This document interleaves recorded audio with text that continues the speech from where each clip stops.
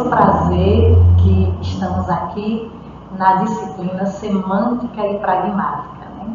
Uma disciplina, para quem faz o curso de letras, de extrema importância, porque é nela que nós vamos analisar os sentidos das palavras, ao mesmo tempo a funcionalidade desses sentidos para a nossa língua portuguesa, tá?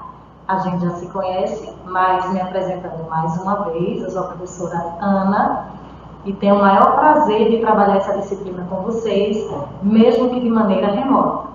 Vocês já devem ter recebido o planejamento das nossas aulas, né? Já devem ter recebido também a primeira proposta de atividade e um texto básico que vocês vão precisar justamente para fazerem essa atividade com toda a maestria que vocês costumam fazer, certo? Então, semântica, né, é uma ciência dentro da língua portuguesa que ela é responsável pelos sentidos de uma palavra, tá? Então, quando a gente aprende lá no ensino básico que sinônimos são palavras que possuem o mesmo significado, antônimo são palavras que possuem significados diferentes, nós estamos estudando isso dentro de uma semântica. Só que a gente aprende, a fins de estudo, que a semântica ela vai muito mais além do que esse significado de palavras, entre aspas, iguais, e esse significado de palavras diferentes. Na verdade, quando nós falamos em sinonimia, nós estamos falando de palavras que tenham sentidos parecidos e antonimia, de fato, sentidos diferentes. Vocês podem dar uma olhada aí no nosso diagrama, tá? Sobre signo linguístico, que todo signo linguístico ele vai ser composto de significante e significado. Então, vamos, por exemplo, a palavra casa, tá? A palavra casa é uma palavra constituída foneticamente de 3 letras, porque a representação de CA nós representamos por K, S no meio de 2 vogais que tem som de Z. Então, é uma palavra constituída foneticamente de 3 letras, mas é uma palavra que tem vários significados. Quando nós falamos a palavra casa, a depender do contexto, a depender dos interlocutores, ela pode ter significado de família, ela pode ter significado de lar, ela pode ter significado de hábitos. Então, vai depender do contexto a qual ela está sendo inserida. Mas é importante a gente analisar que toda palavra ela é um signo linguístico, porque ela detém o significante e ela detém o significado. E é nessa estratégia de significado onde entra o papel da semântica. Observem que nós temos aí esse universo da língua portuguesa, onde temos a fonética, que é a primeira parte da língua portuguesa que a gente estuda, né, que é o estudo das palavras de um som, justamente com a fonologia, né? O som da palavra é a sua unidade menor.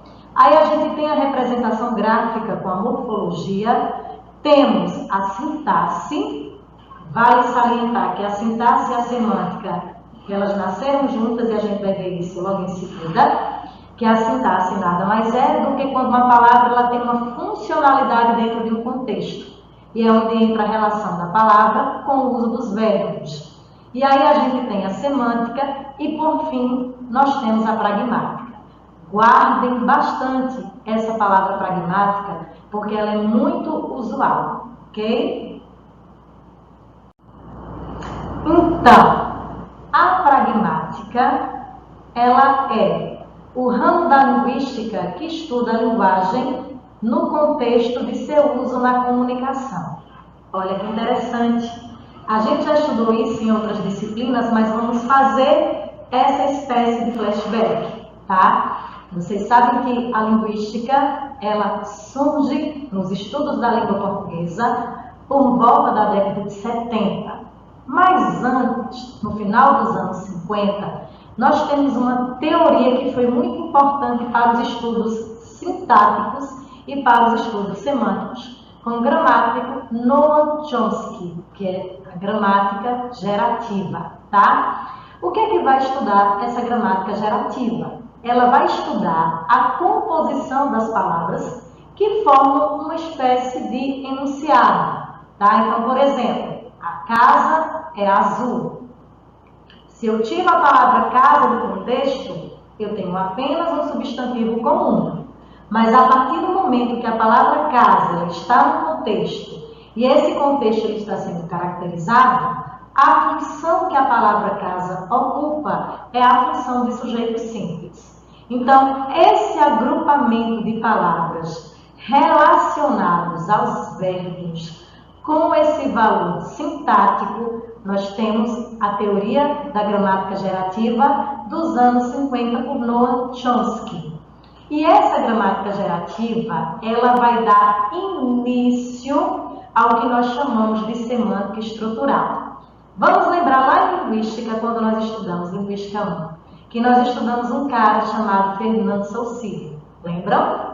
Então, Saussure foi o pai da linguística estruturalista.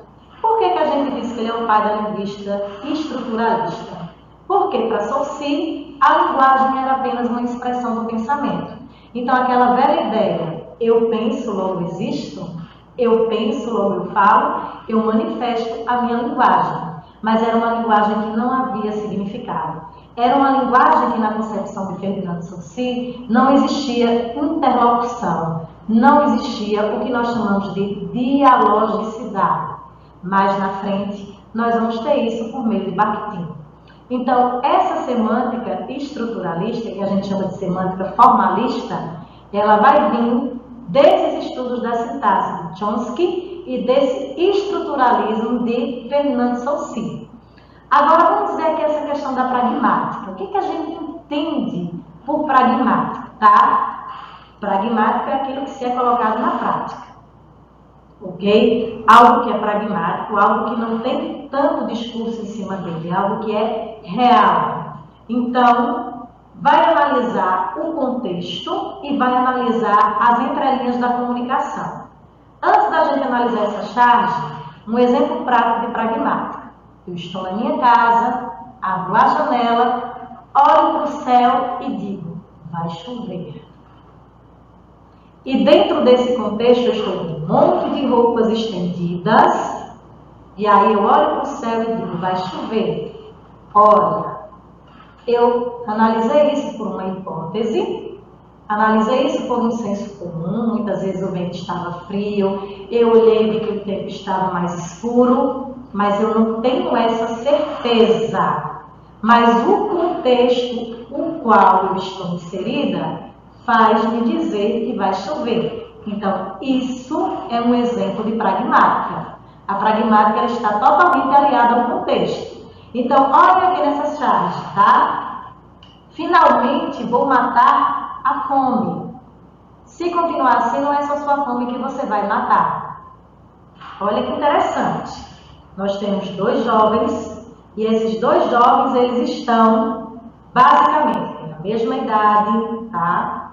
Os dois estão no restaurante, mas a gente tem um jovem que, com relação à educação alimentar, já que a charge é voltada para o contexto atual, o primeiro jovem, tá, da direita, ele está se alimentando bem, ele está tomando um suco, ele está se nutrindo, enquanto o outro prefere a comida de fast food, hambúrguer, refrigerante e batata frita. Então, quando ele fala que vai matar a fome, o outro logo se adianta e diz, pelo jeito não é só a fome que você vai matar. Então, dentro do contexto da pragmática, que outra morte ele poderia estar se referindo? A do próprio organismo, a de doenças relacionadas a transtorno obsessivo de alimentação. Então, a pragmática, ela vai além do contexto do que o próprio texto permite. Mas é claro que dentro daquele texto, há algumas palavras que vão dar para a gente esse entorno de interpretação. Todo contexto pragmático há uma intenção comunicativa. Meus amores, a gente vai precisar lembrar daqueles elementos básicos que formam um canal de comunicação, né? A gente vê uma perspectiva mais antiga, mais tradicional de estudo da língua portuguesa, que nós temos o emissor, nós temos a mensagem e nós temos o receptor, tá? E a gente tem um código. Então, assim, antigamente, quando a gente se referia ao código na língua portuguesa, nós só nos referíamos à linguagem verbal, ou seja, a palavra. Mas aí a gente aprende que o código não está totalmente voltado a isso. A gente vê que hoje outras formas de comunicação, como o próprio ensino híbrido, como a própria linguagem de sinais, que o código é tudo aquilo que manifesta uma comunicação. Então, hoje nós temos o locutor, nós temos a intencionalidade daquele locutor em transmitir uma mensagem. Essa mensagem, obviamente, ela é proferida por códigos, mas o código não necessariamente é a palavra. E a gente tem o interlocutor, ou seja, aquele que absorve a palavra e ao mesmo tempo aquele que dota aquela palavra de significados, porque não adianta você explicar um assunto a um aluno várias vezes e aquele aluno não entender. Então não há comunicação, não há um processo de interlocução. Então, de Saussure para cá, a reflexão sobre a natureza da linguagem humana expressou-se através de diversas teorias distintas, tá? Então vamos lembrar, Saussure diz que a linguagem é a expressão do pensamento. Mais na frente, nós vamos ter Mikhail Bakhtin, que vai dizer que a linguagem ela não é somente a expressão do pensamento, mas a linguagem é o processo dialógico. Lembra muito também a dialógica de Platão e a dialética aristotélica, né? Então, para a gente perceber que os estudos raízes da língua portuguesa, eles estão totalmente ligados à ideia da filosofia da linguagem. A linguística é um tipo de filosofia da linguagem, porque ela nasceu justamente para explicar certos fenômenos da fala e da escrita que somente a gramática, que até então era um manual instrutivo, ela não nos dava conta, tá?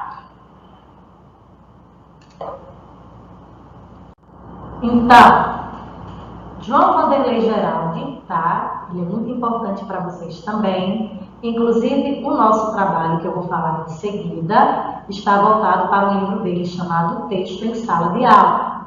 Então, Geraldi, ele afirma que a semântica, ela constitui um domínio de investigação, de limites movediços, de modo que a abordagem do sentido é determinada pelo lugar teórico-metodológico no qual o estudioso pisa. Olha que interessante. Movediço. Então, eu tenho que tomar muito cuidado com a intencionalidade que eu quero dizer, para se na verdade aquilo que eu disse é produto da minha comunicação. É na verdade a minha intenção. Não é o que eu quis dizer, mas na verdade é aquilo que eu disse, tá? Então, assim sendo, o processo de produção de sentido receberá explicações diferentes, porque vai depender do contexto e vai depender da pragmática. Vamos analisar uma coisa bem simples, tá? Nós temos uma amiga, e essa amiga decidiu ir a uma festa, e nessa festa ela foi com um vestido, tá? Um vestido cor-de-rosa, que ela achou esse vestido assim lindo, tá? Só que a gente, com aquele senso crítico, percebeu que o vestido não ficou muito legal, mas a gente não quis desapontar a amiga. De repente ela veste e nos pergunta: Ana, esse vestido ficou legal? Eu não sei mentir. Eu viro para ela e digo que um outro vestido, talvez ela ficasse melhor. Tá, mas olha o aspecto semântico, olha o uso do advérbio talvez. Seria melhor para o meu discurso a minha intenção de dizer ou de fato o que eu devo dizer? Olha, não ficou bem, use outro vestido, tá? Então a gente tem que tomar cuidado muitas vezes com as palavras, porque esse talvez pode soar para ela como tanto faz, sendo que na verdade a ideia é outra. A ironia, por exemplo, é um recurso de linguagem, é uma figura de linguagem que traz muito isso. Quando a gente tem a intenção de dizer uma coisa e as nossas palavras, os nossos recursos linguísticos dizem outros totalmente diferentes. Então, tem vários tipos de semântica. Nesse momento, nós vamos nos apegar a duas, tá? A semântica quando ela tem um aspecto de sincronia e quando ela tem um aspecto de diacronia, ok? Quando eu falo do aspecto de sincronia, é porque as palavras elas mudam com o tempo. Uma coisa muito importante que a gente precisa analisar, a nova ortografia, tá? A nova ortografia que nós, nesse exato momento, estamos vivenciando o terceiro acordo ortográfico. E esse acordo ortográfico, ele foi pensado em 1991, sancionado em 2008, ainda quando Lula ele era presidente. O que é que essa ortografia faz?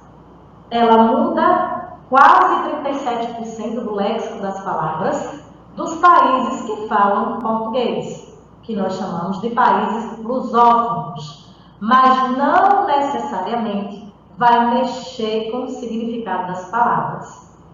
Agora, o contexto, o discurso, a pragmática, ela muitas vezes mexe com o sentido das palavras. Por exemplo, na década de 70, que foi um movimento muito comum da música, da arte, da cultura, né? Era comum as mulheres chamarem os rapazes de quê? De broto. Os rapazes considerados bonitos. Ah, João, ele era um broto, ele era lindo, tá? Hoje em dia a gente não chama mais ninguém de broto. Então, observem que o adjetivo broto a gente se refere hoje em dia a coisas pequenas, mas antigamente era usado como uma espécie de gíria. Esse é um processo de semântica sincrônica, que mostra que as palavras elas foram mudadas com o tempo. E quando eu falo de semântica diacrônica, é que as palavras elas mudam também no seu espaço geográfico. Um exemplo muito claro que a gente tem. As pessoas que nascem na Bahia, elas falam diferente das pessoas que moram em Pernambuco, por uma questão geográfica e uma questão também cultural. Até mesmo alguns significados de palavras mudam. Esse é um exemplo de semântica diacrônica. No sentido da literatura, tá? Nós não podemos falar somente da língua portuguesa nessa perspectiva mais gramatical, sem que a gente insira o contexto da literatura. Então, na literatura, nós temos duas coisas importantes relacionadas à semântica, que é justamente o seu sentido denotativo e o seu sentido conotativo, tá? Quando a gente fala em sentido conotativo, nada mais é do que as palavras em sentido figurado. Mas não vamos confundir esse sentido figurado com polissemia não, tá? Polissemia a gente vai ver logo adiante. Sentido figurado é o sentido ilustrativo, a gente usa para chamar a atenção, tá? Principalmente uma figura de linguagem chamada metáfora. Então, a jovem é uma gata. Eu não estou querendo dizer que ela mia, estou querendo dizer que ela é muito bonita para ser adjetivada dessa forma. Eu pego um substantivo comum, que é a palavra gata, mudo a classe gramatical, mudo também a sua perspectiva semântica, embora os felinos eles sejam animais bonitos, mas não é nesse sentido que eu estou falando, tá? E digo que a palavra gata é um adjetivo, uma metáfora, linguagem figurada, sentido conotativo. E aí vem o sentido denotativo, o sentido real, que a gente chama de sentido literal, que é aquele que provém exatamente do dicionário. A gata está no telhado. Tá? Então, alguém tem que tirar aquele animal de lá se ela não conseguir descer. Isso é o sentido real que a palavra exige.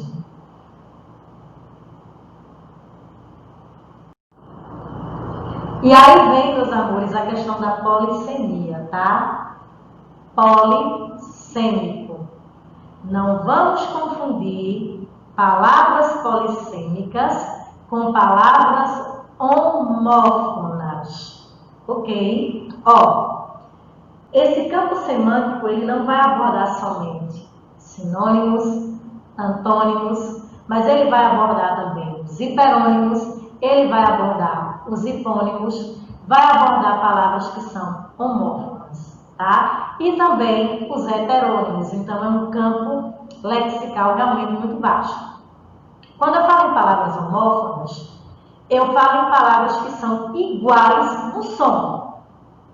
Manga de comer, manga da camisa, e o verbo mangar, ele manga de determinado assunto. Mas são palavras que elas são iguais no som. Mas não necessariamente elas vão ter um sentido vasto.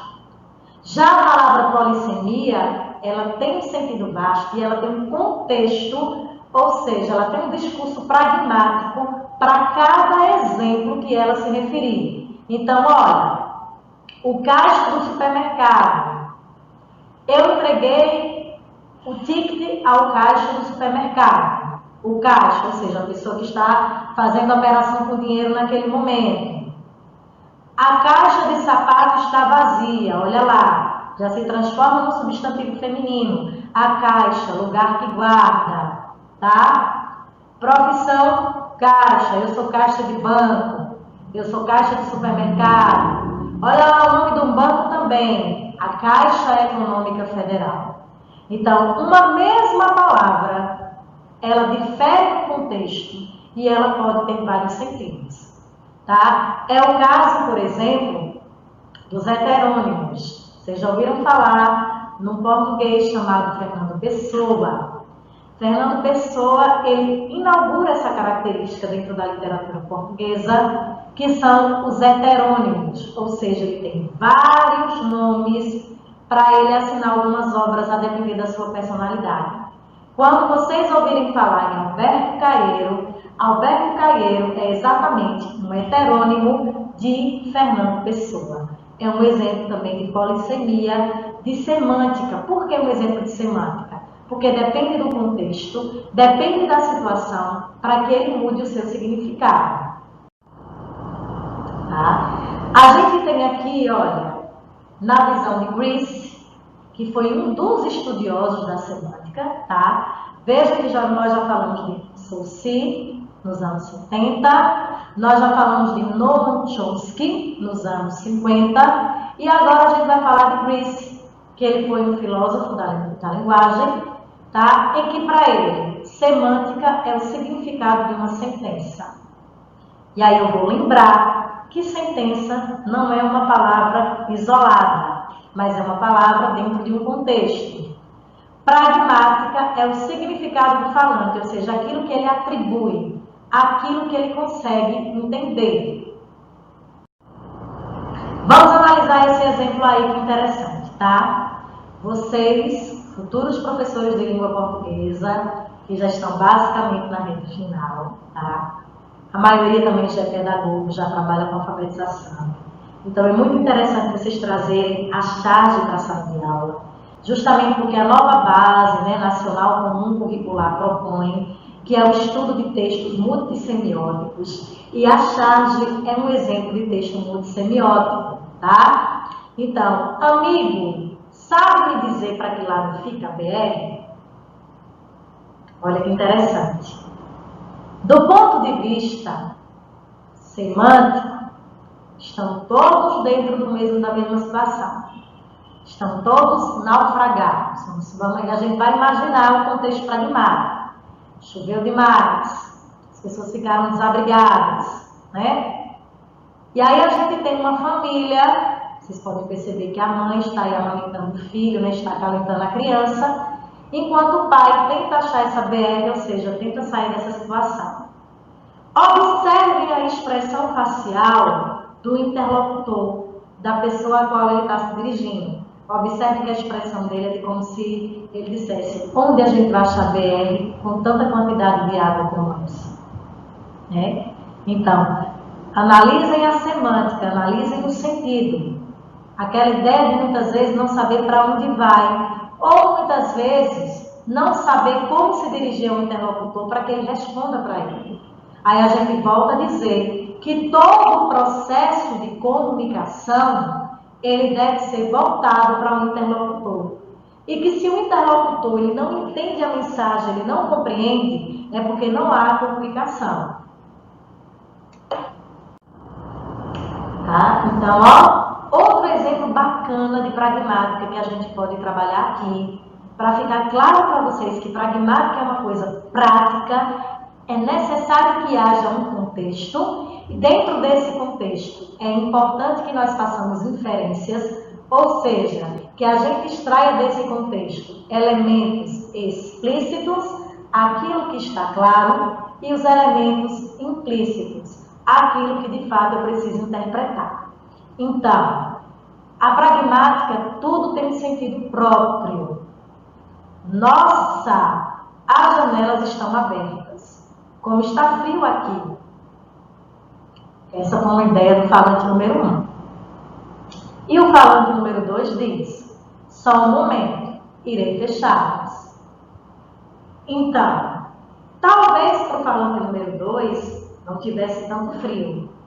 Mas vamos imaginar que o discurso do falante número 1 estivesse impedindo a comunicação. Ele percebeu que o falante número 1 estava desconfortável em sua casa, que esse frio estava desconcentrando e que esse frio também pode ser sinal de chuva.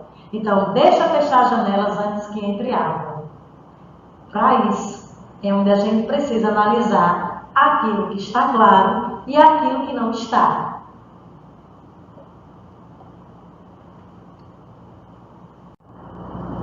O uso do termo pragmática, tá? Olha aqui outro linguista chamado Charles Morris, é o significando o estudo da linguagem em uso, é aquilo que a gente utiliza.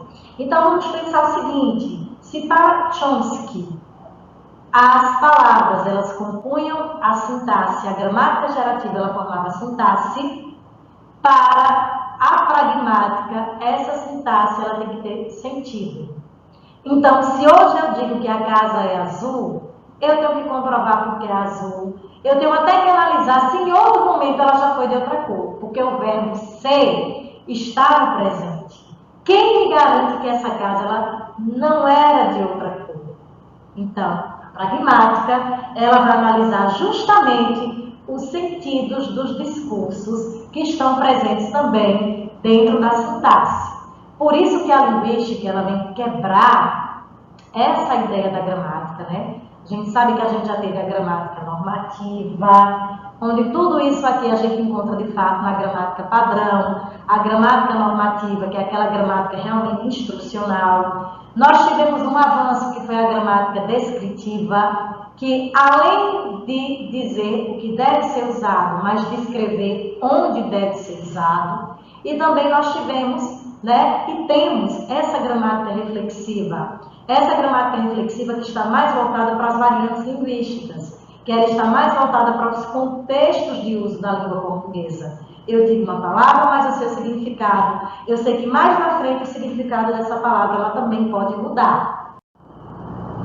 E aí eu trouxe para vocês uns versos para a gente analisar da música Águas de Março, tá?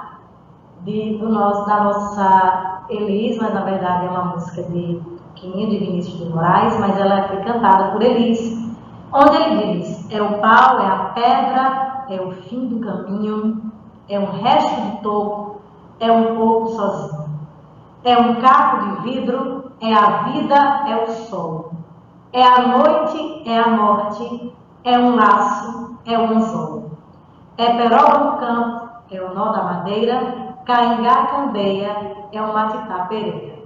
E aí ele finaliza: são as águas de março, fechando o verão, e a promessa de vida no meu coração.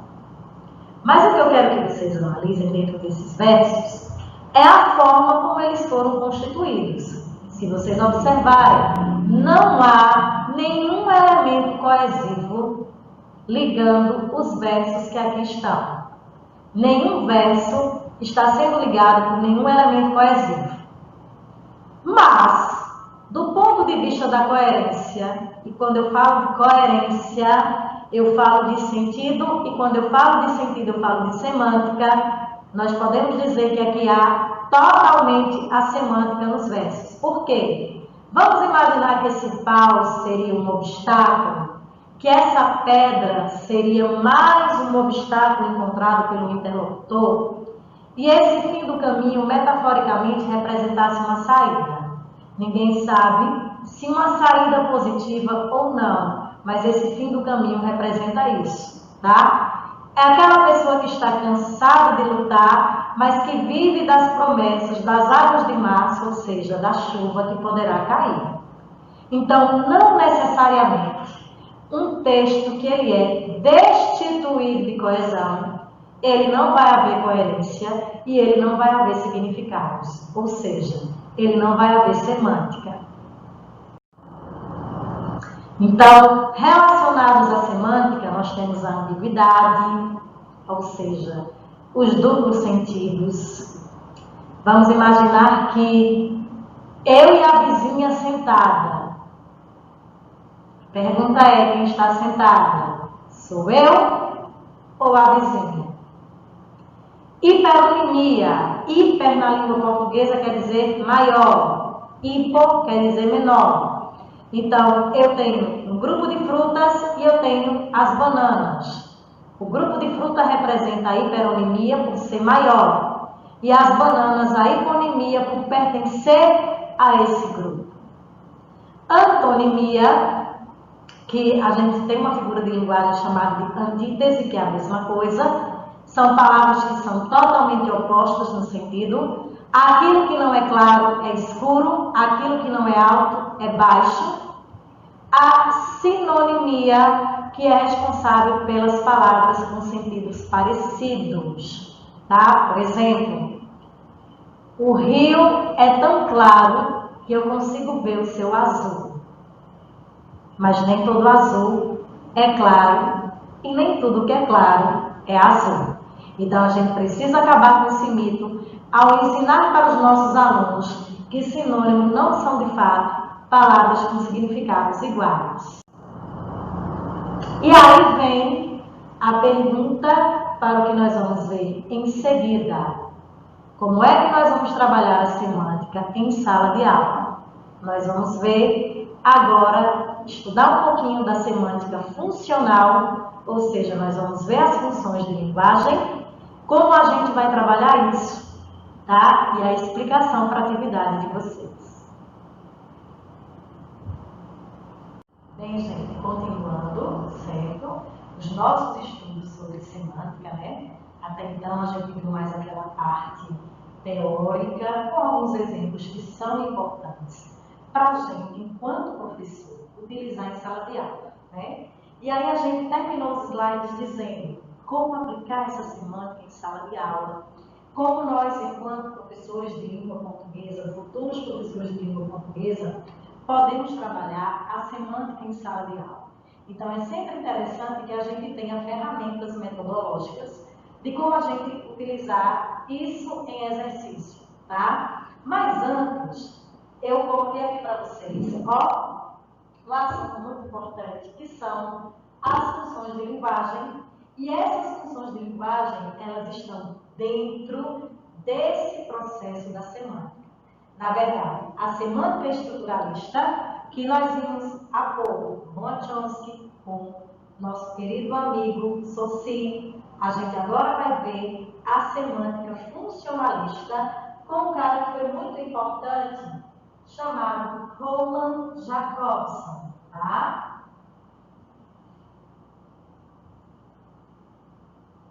Roland Jacobson. Então, Roland Jacobson, ele, dentro da funcionalidade da língua portuguesa, dentro dos textos, ele não analisava somente os textos sobre aquele ponto de vista pragmático, nem tampouco semântico e nem tampouco sintático, mas ele analisou o texto numa perspectiva funcional. Por exemplo, a gente estuda um universo de gêneros textuais. E muitas vezes nós, enquanto professores de língua portuguesa, não sabemos a diferença entre gênero textual e entre tipos textuais. A gente precisa saber disso para ensinar isso ao nosso aluno.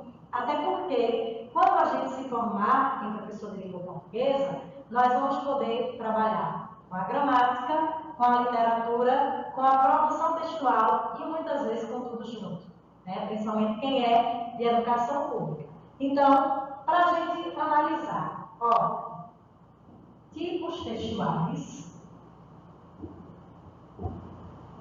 são diferentes, tá? De gêneros textuais. Quando nós falamos em tipos textuais, a gente fala dos elementos básicos que constituem um texto: narração, descrição, dissertação, e aí a gente tem mais dois: injuntivo e instrucional ou argumentativo, tá? Injuntivo instrucional é aquele que nos ensina a fazer alguma coisa, como a receita de bolo, e o argumentativo, que ele também vai para dentro de uma tipologia. Até porque a dissertação sozinha, ela não é argumentativa. Nós podemos ter a dissertação expositiva e podemos ter a dissertação argumentativa. Então, ela vai entrar dentro dessas tipologias aqui, ó. É como se isso aqui fossem a mãe e o pai. E essa mãe e esse pai vão dar origem ao que nós chamamos de gêneros, uma variabilidade de filhos. Os gêneros textuais, eles surgem com uma intencionalidade comunicativa. A partir do momento que nós temos necessidade de nos comunicar, a gente cria um gênero textual. Se eu tenho a intenção de mandar uma conversa via WhatsApp, o WhatsApp seria o meu canal e a minha conversa seria um gênero textual. A partir do momento que eu tenho a tecnologia ao meu favor, que eu posso mandar várias informações com o uso do meu celular, que nós chamamos isso de podcast também é um gênero textual. As cartas que a gente recebia antigamente, que a gente mandava, também são gêneros textuais. A notícia de um jornal que a gente lê, uma reportagem que a gente destaca, isso também são gêneros textuais. Se vocês analisarem a novela qual a gente assiste, ela conta personagens, ela tem clímax, a gente chora com os conflitos, ela tem personagens antagonistas, ela tem personagens protagonistas, é um exemplo de narração, a narração é um tipo e a novela é um gênero. Então, dentro desse emaranhado aqui, esse cara chamado Bruno Jacobson, que também é um filósofo da linguagem, ele vai criar as funções de linguagem. Ou seja, cada texto ele tem a sua função.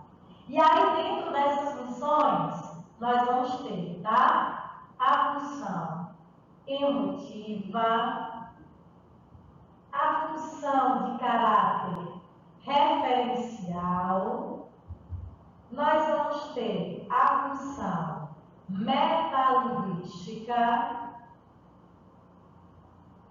nós teremos a função apelativa ou conativa, nós vamos ter a função fática e, por fim, a função poética. Vamos compreender um pouquinho de cada uma para a gente entender os seus aspectos semânticos, ok? A função emotiva é aquela que está centrada no emissor.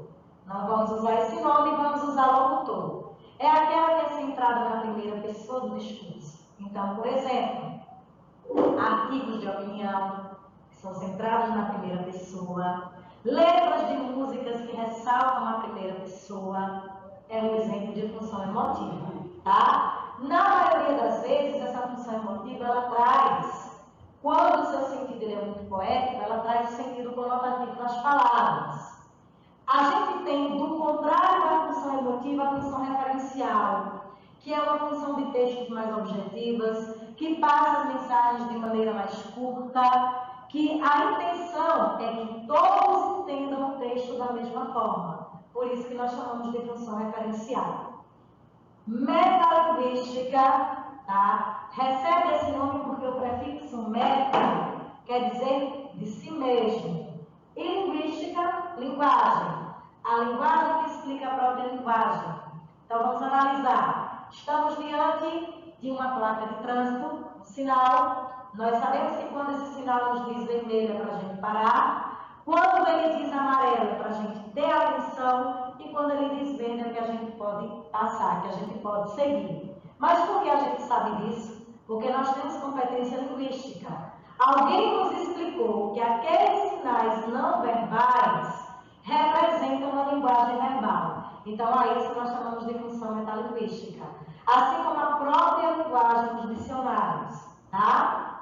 A função apelativa, que é a mesma coisa de conativa, é aquela que nos chama a atenção, é aquela que nos induz a fazer alguma coisa, como, por exemplo, a linguagem das propagandas, tá? A linguagem dos textos publicitários, em que trazem à tona os verbos do imperativo, como faça, compre, use. A função fática, que a fática necessariamente eu preciso de todos os elementos de comunicação. Eu preciso do locutor, que é aquele que fala. Eu preciso do interlocutor, que é aquele que recebe a minha informação. Eu preciso de um canal de comunicação. A fática é muito usada nos dias atuais pela agilidade da comunicação. Bauman já disse que nessa modernidade líquida a gente tem pressa de ouvir, mas a gente tem necessidade de falar. E a função poética. Os textos poéticos, embora eles não se remetam muito ao assunto, mas a função poética da linguagem é aquela que é estruturada em verso e que é estruturada em estrofe. Então, poema, texto publicitário, letras de músicas, muitas vezes não importando o teor, não importando a mensagem, fazem parte dessa função poética da linguagem. Nós, enquanto professores de língua portuguesa, precisamos defender, no momento da interpretação, da compreensão de texto, que compreender texto é muito diferente de interpretar, eu posso compreender aquilo que o autor diz, eu posso compreender as palavras que estão grifadas, eu posso compreender o contexto, mas para que eu interprete um texto, aquele texto precisa me chamar a atenção, eu preciso dialogar com aquele texto. E eu preciso entender aquilo que ele quer passar para mim. Então, para que haja interpretação, que também é uma competência linguística, é necessário que o nosso aluno, além de reconhecer o tipo de texto, ele reconheça o gênero que está inserido e, ao mesmo tempo, saiba qual é a sua função de linguagem. Geralmente, as palavras que elas estão grifadas dentro dessas questões vai nos remeter a um aspecto semântico da língua portuguesa, certo? Então, meus amigos, a nossa primeira atividade, a nossa segunda atividade, ela vai se dar depois, tá? Enquanto a gente tiver o nosso encontro pelo Meet, mas a nossa primeira atividade, ela já está marcada para o dia 20, a data de entrega, já tem lá o meu e-mail, vocês já conhecem também. Vocês irão criar nessa atividade oficinas que vão ilustrar como é o trabalho com gêneros textuais sob o ponto de vista da semântica. Então, vamos supor que Joana, ela escolhe, vocês têm que escolher uma turma de 6º ao 9º ano do ensino fundamental. Então, Joana escolhe uma turma de 6º ano e ela vai trabalhar com contos. Os contos são textos muito ricos em semiose, muito semióticos. Então, ela vai escolher um conto e ela quer pedir para que os seus alunos, dentro da sua oficina, ela vai ensinar os seus alunos a criar um novo final para a história e dramatizar. Mas aí, qual seria o assunto de semântica que ela poderia abordar? Sinônimos? Ela poderia reconstruir o final da história usando sinônimos? Ou reconstruir o final da história usando antônimos? Ou criar heterônimos para se referir, por exemplo, a Chapeuzinho Vermelho, para se referir a Branca de Neve, enfim. Vai utilizar a semântica do ponto de vista gramatical e do ponto de vista linguístico.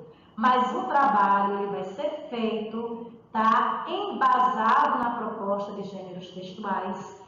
Para isso, vai usar o texto na sala de aula, que é um livro de João Wanderley Geraldi, que é um texto, tá? Um livro composto por 12 artigos, não somente dele, mas que ele convida especialistas na área de língua portuguesa para falar, que ele mostra a importância e como se deve trabalhar o texto em sala de aula, não analisando somente o ponto de vista da escrita.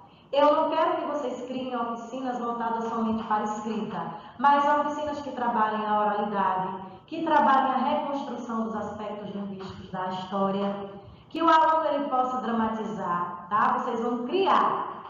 O aluno ele não vai fazer, obviamente, mas vai ficar com metodologia, metodológico para o trabalho de vocês e para o meu trabalho também. Então, esse primeiro trabalho vai ser justamente a produção dessas oficinas. Vocês vão fotografar, ou vocês podem gravar áudio explicando, podem transformar a casa de vocês num espaço de sala, em um teatro, em uma sala de aula, uma oficina. Vamos lembrar que a oficina é um recurso esporádico. Nem sempre a gente usa isso na nossa metodologia.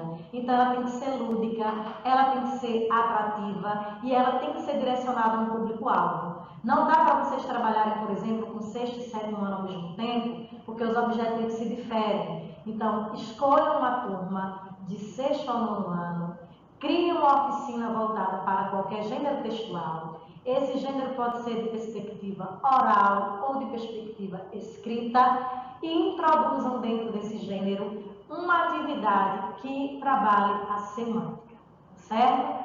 Qualquer dúvida, eu estou à disposição de vocês.